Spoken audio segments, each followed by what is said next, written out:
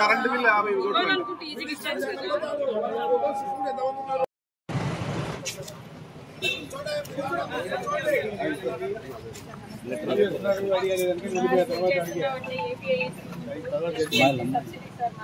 Release అయిన amount కూడా మాకు ఇవ్వట్లేదు సార్. ఎక్కడో 100లో ఒకరికి ఇద్దరికి 20% 40% ఉంటారు సార్. మెగా లాట్ వాళ్ళకి 100% ఇవ్వండి సార్. లిస్ట్ కూడా ఉంది.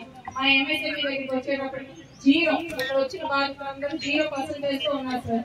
అన్ని పెద్ద పెద్ద వెహికల్స్, లారీలు, బస్సులు, ట్రక్కులు, జేసీబీ, ట్రాక్టర్స్ అన్ని ఉన్నాయి సార్. 6th డే నుంచి అమలాపురం నుంచి వచ్చింది ఫ్యామిలీతో. ఇక్కడ చేస్తున్నాం. 4 days లోపల చేస్తే పట్టించుకోలేదు. నేను ఇక్కడ చేస్తే బయటకు నింపే సార్. లోపలికి కూడా పంపించలేదు. ఈరోజు వాష్రూమ్ కడిగినా పంపించలేదు. చేస్తున్నాం సార్. ఎవరికి డిస్టర్బెన్స్ చేయట్లేదు. వాళ్ళు మాకు 100% మా సబ్సిడీ రిలీజ్ చేయగలరు. మేమేం వాళ్ళని భిక్ష వేయమంటలేదు సార్. అడుకోవాల్సిన హక్కు కూడా మాకు లేదు. మాకు వాళ్ళు రిలీజ్ చేశారు. ఆ అమౌంట్ మాకు ఇచ్చేయండి. పెద్దవాళ్ళకి ఇచ్చారు కదా లార్జ్ అమౌంట్స్. మా అమౌంట్స్ ఏ లిస్ట్ ప్రకారం ఇస్తున్నారు క్లియర్ గా ఒక డేటా తీసి క్లియర్ గా ఫస్ట్ ఇవ్వండి. 21, 22, 23, 24 ఇవ్వలేదు సార్. 25 లో అయిన వాళ్ళకి ఫుల్ అమౌంట్ పే చేశారు. ఎలా సార్? అడిగితే సమాధానం లేదు. ఇలా చాలా ఇది సార్. నేను ఇక్కడే కూర్చుంటాను అన్నారు సార్. 500 కోట్లు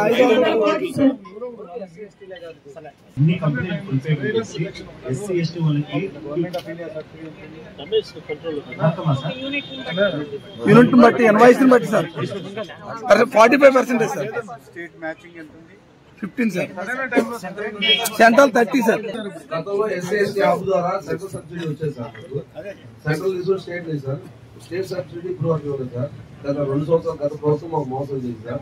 ఈ ప్రభుత్వం మాకు న్యాయం చేస్తే మేము ఈ ప్రభుత్వం తీసుకొస్తే ఈ ప్రభుత్వం 2 సంవత్సరాలు మేము సబ్సిడీ తీసుకొచ్చింది సార్.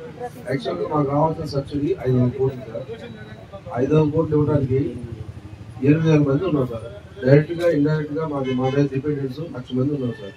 సో ఈ ప్రభుత్వం ఆలోచన చేసి మా కుటుంబాలను రక్షించండి. మేము మీతో పాటు నడవడానికి మేము ముందు ఉన్నాం. ఎప్పటి నుంచి? 2020 నుంచే 40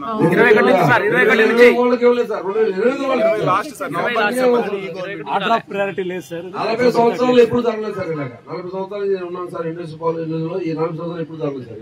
ఇది 90% రూపాయి కూడా పడలేదు చెప్పి గవర్నమెంట్ హామీ ఇచ్చి 1,500 కోట్లు 2,000 కోట్లు అప్పు తెచ్చి మాకు కొట్టింది మాత్రం 1,136. దానిలో లార్జ్ అండ్ మెగాకి మాత్రం 700 పైన కొట్టారు.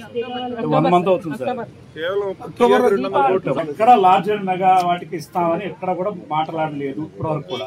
ఇస్తానంటే రిలీజ్ చేస్తారని హామీ ఇచ్చింది మాత్రం ఎంఎస్ఎంఈకి మాత్రమే. ఎందుకంటే ఎక్కువ మంది ఉన్నారు కాబట్టి. చిన్న చిన్న యూనిట్స్ సార్ ఇవన్నీ. మొత్తం యూనిట్లు మూసేసుకొని ఇళ్ళు తాకట్టు పెట్టుకొని అంటే బంగారం తాకట్టు పెట్టి ఈ రోజు రోడ్ ఎక్కిన పరిస్థితి తీసుకొచ్చారు. ఎంపీలు అయిపోయింది. దారుణమైన పరిస్థితిలో ఉన్నారు. మీ సమస్య ఇప్పుడే అర్థమైంది. నేను వెళ్ళేటప్పుడు ఏంటంటే నాకు మీటింగ్ అప్పటికే లేట్ అయింది. ఏదో పిలుస్తున్నారు కనిపించింది నాకు ఎస్సీ ఎస్టీ అని. కానీ సరే మళ్ళీ వద్దాం లేని ఉద్దేశంతో లోపలికి వెళ్ళాను. వెళ్ళిన తర్వాత నేను అడిగా మళ్ళీ అడిగితే మళ్ళీ సరే సిఐ గారు కూడా అడిగాను. వాళ్ళు ఏదో శాంతియుతంగా చేసుకుంటున్నారండి ఇట్లా ఇట్లా అన్నారు. నేను ఆయన నోట్లో కూడా మాట వచ్చింది.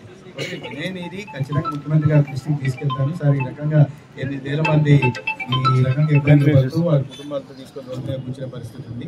వారికి పరిస్థితులు మీకు తెలుసు. ప్రభుత్వ పరిస్థితులు ఏ రకంగా ఉన్నాయో. అయినప్పటికీ కూడా 8,000 మంది సంఖ్య కాబట్టి ప్రభుత్వం చేసినా ఎవరు చేశారు కాదు. మీరు తాకట్టు పెట్టో ఇంకోటి పెట్టి తీసుకొచ్చారు. ఇవాళ అప్పుల పాలై రోడ్డు మీద కూర్చునే పరిస్థితి వచ్చింది. న్యాయం చేయాలనే విషయాన్ని మాత్రం ముఖ్యమంత్రి గారికి దృష్టికి ఖచ్చితంగా తీసుకెళ్ళారు.